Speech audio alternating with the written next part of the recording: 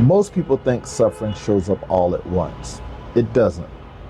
It's one of those things that creeps up on you over time. When you least expect it, it happens. You know, back when I was in the Navy as a E-nothing, and we had more bills than we knew what to do with sometimes.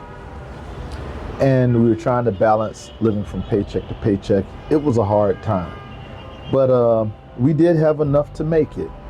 You know, we got to go to the movies, we got to eat out. We had what we thought was so much disposable income. Back during that time, I was probably saving maybe $100 every 2 weeks, sometimes 50, you know, but I didn't understand planning to suffer as opposed to suffering because I didn't have a plan.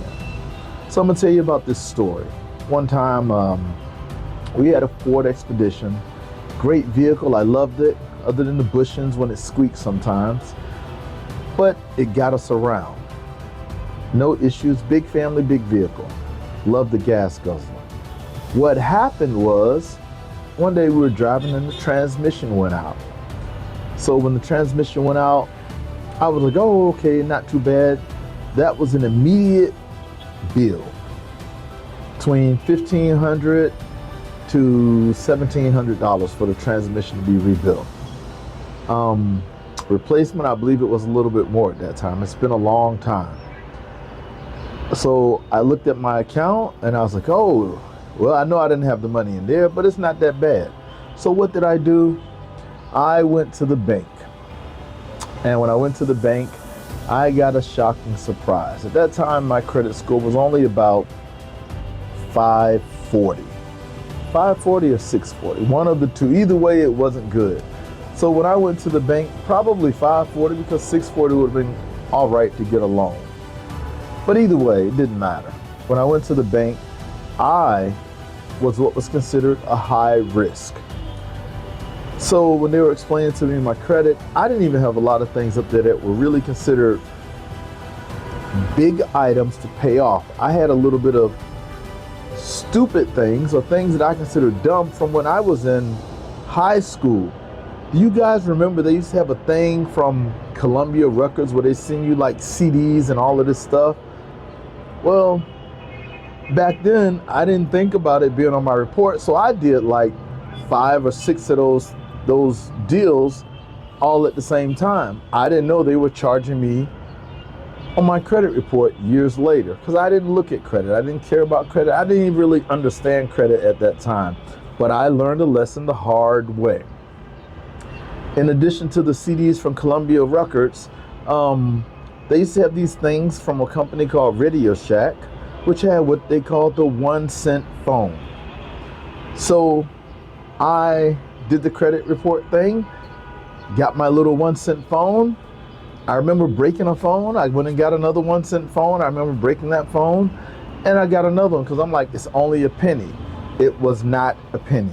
Each 1-cent phone was actually charged $300 for the actual phone, plus the year contract. I believe it was a year contract or 6-month contract that you required to it. Now I had 3 1-cent phones, so I'm thinking 3 cents versus $900, in addition to the many, many months of payments that they were expecting me to make. Luckily, I did them kind of during the same year, at the same time almost, and that 7 years could be charged off later because I already made it past the time. But when I went for the loan with the transmission, I needed it then and there, but it was still on my report. So I had things to clean up, things to deal with. So I had to go into what's called bumming rides to get to work, bumming rides to go to the grocery store, just bumming rides to do anything. And you know, I didn't want to take my entire family because we had a large family, so needed a lot of space. So we struggled, saved, and ended up getting the money to get the transmission fixed. So I'm like, good, transmission's in the shop, maybe 4 more days or 5 more days of this, you know, bumming rides and everything. And then guess what happened? It's fixed. but they missed something between the second and third gear, or something didn't go right. Had to go back to the shop. It's been a while, but I think that I ended up paying an additional $600 more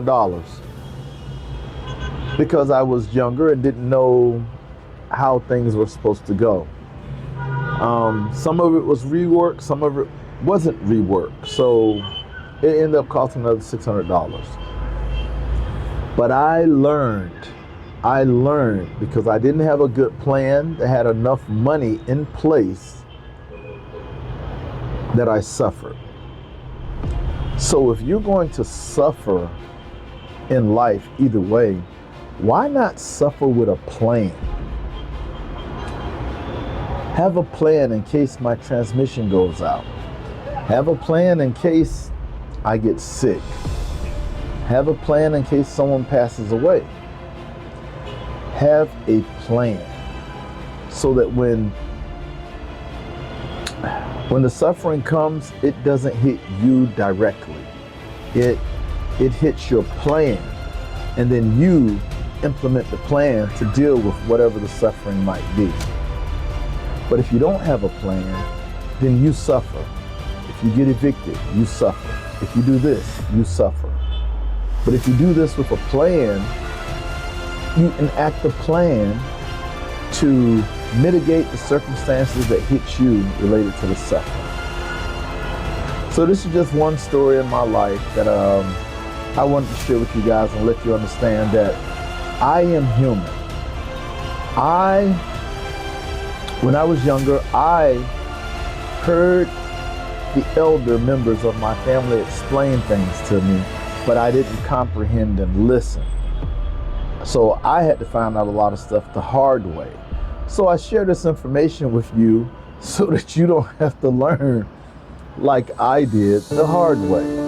I would like your suffering to be with a plan to deal with situations, as opposed to the suffering being a reaction and you have to deal with the reaction and the emotions of not being prepared. So once again, this is Walter Webb signing out from Egypt.